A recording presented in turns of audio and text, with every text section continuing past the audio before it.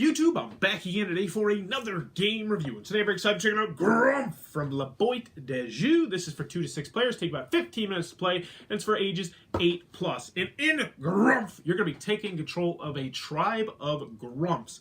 And this is a real-time, competitive, area control, set collection game where you're trying to get different colors of different species and hit them over the head and capture them in their hunting grounds in order to score points in this quick, light family game. But is it good? Let's open it up and I'll tell you what I think. Alrighty then, we're going to take a look at what you're going to get inside of Grumpf. So first and foremost, we've got our handy-dandy rule booklet. It is 8 pages, double-sided, full color, full of pictures, illustrations, examples. Very well done. Should have you up and running in no time at all. Very easy to learn, easy to teach. Big thumbs up on the rule booklet. So in Grumpf, this is a game in which you're going to be taking your Grumphs to different hunting grounds and trying to collect different animals that you're going to club over the head and collect in order to gain the most points at the end of the game. You're going to play over the course of 4 rounds, end of 4 rounds, tally up your points, and bada boom, whoever has the most is the winner. So let's go over the components. Let's get into the gameplay. So first, you're going to have 6 boards out here, and these are the 6 different hunting grounds that you will be able to go to. They are double-sided. The 2-dot side is slightly more advanced, and the 1-dot side is for beginners. You can do half 2s, half 1s. You can mix and match all 2s. So it does add a good deal of variability there.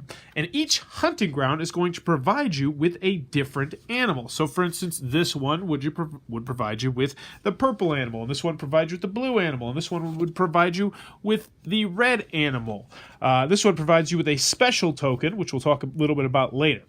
So each one's going to give you different animals. And at the end of the game, the amount of different animals you have is going to score you the most points. So if you have all yellow animals, you're going to lose, because if you had 6 yellows, you have 0 points. But if you have 6 different animals, I guess 5 is the max, you're going to get 5 points. So you want to diversify your portfolio of animals. How are you going to collect these animals? Well, you're going to use your Grumphs. And you're going to have these Grumphs in front of you. They are double-sided, and they will have numbers between 1 through 6 on them. And they will make more sense in a minute. Also, you're going to have your little Master Grumpf, which you'll use to signify that you are done with a round. We'll talk a little bit about that later. So let's just go ahead and get into the actual gameplay, and you'll quickly see how simple the game is. So first thing you're going to do, you're going to take 12 Grumphs out of this bag, and you're going to place them onto their corresponding hunting ground.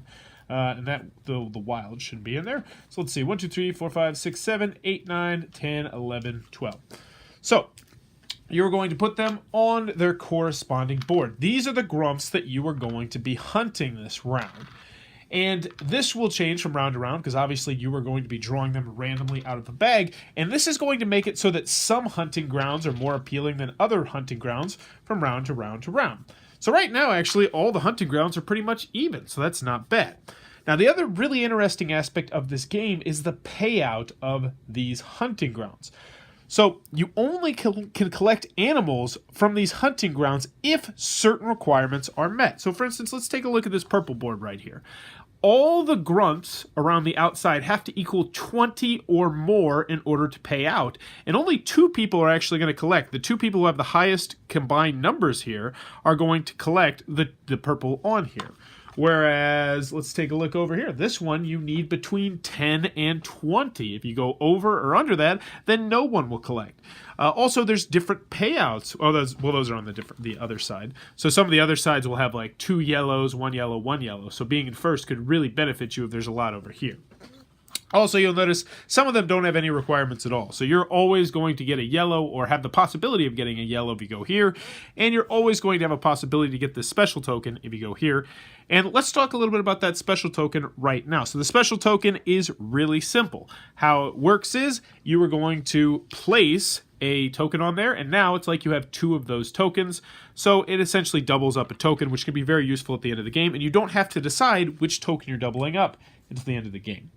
Now let's go ahead and show you around. So once everybody's ready, you're going to say Grumpf, and then with one hand, you will be able to flip over your pieces and place them wherever you would like to, as long as there's an open spot. Now, you do have to start on the left and work your way around. Notice the arrows. These are double-sided, and they're either going to have numbers or they're going to have clubs. So let's just say I really would like to go for this 10 to 20 up here because there's 3, so I think I got a good shot. So I'll put my 5 up there, and then you know what? I would like to get a yellow, so I'll put a 2 here and then a 3 here. But then let's pretend that blue comes along and he puts a 4 and he puts a 2 right up there. So right now he has 6 and I have 5, and I'm like, oh, I don't like that. Well, that's where you can use your clubs. So you have guys with clubs on here, and you can use a club person to knock out a number person by just putting them on top. So boom. Right now, I have a strength of 5 over here, and he only has a strength of 2, which is good, but at the same time, we're not between 10 and 20 yet, so that is a little bit dicey. You're going to place these out as fast as you can. You're going to be doing this, and you're going to be doing that, and you're going to be clubbing people, and you're going to be doing all sorts of things. And then, once you've placed all your pieces, you say, pink Grumpf, since I'm pink, and you place it on one of these little cool 3D towers in the middle. That lets other people know that they can no longer hit your pink people with the hammers. So that essentially locks your people all into place. So then somebody else will do it, they'll say green Grumpf or whatever.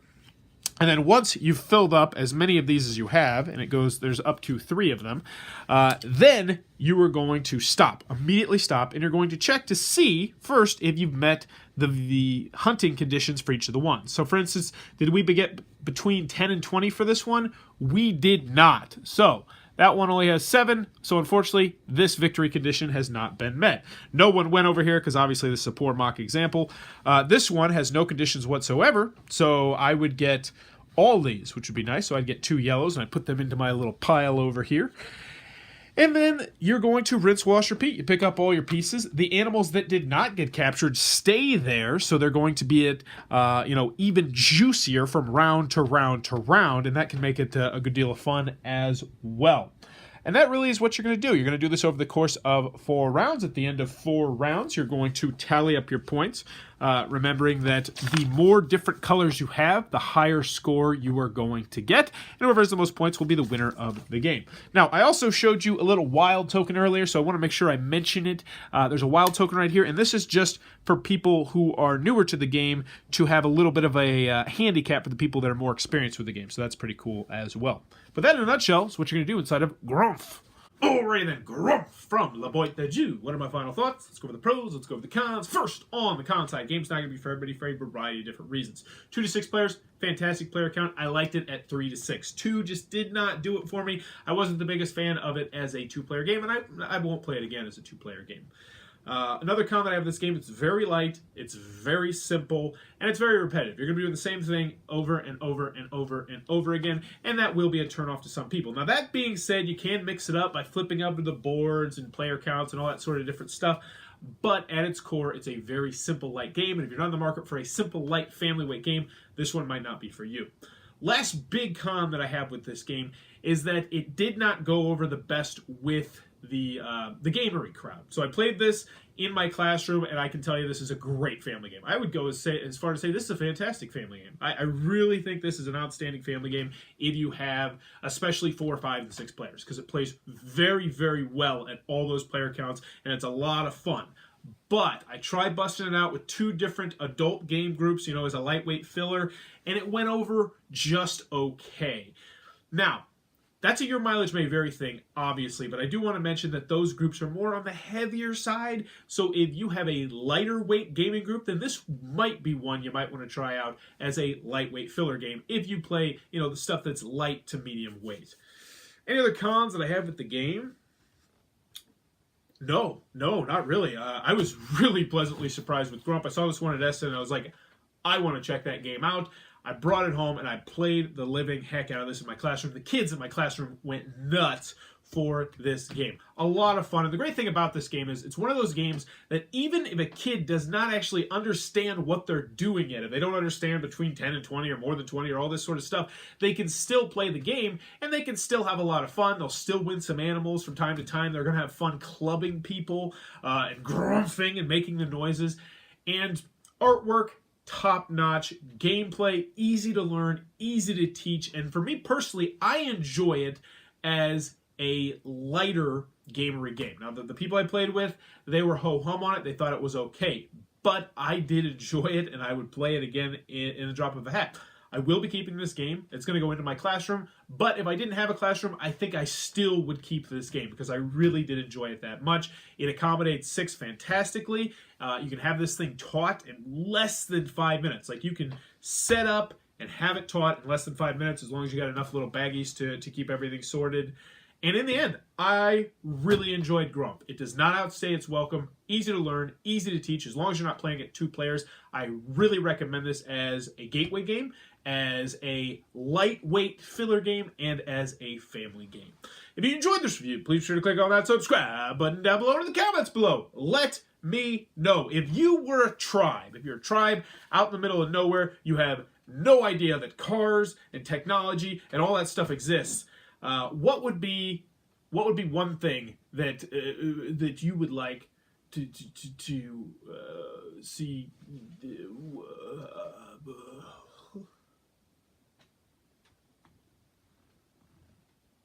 I don't know where I was going with that. Lost my train of thought. Let me know in the comments below.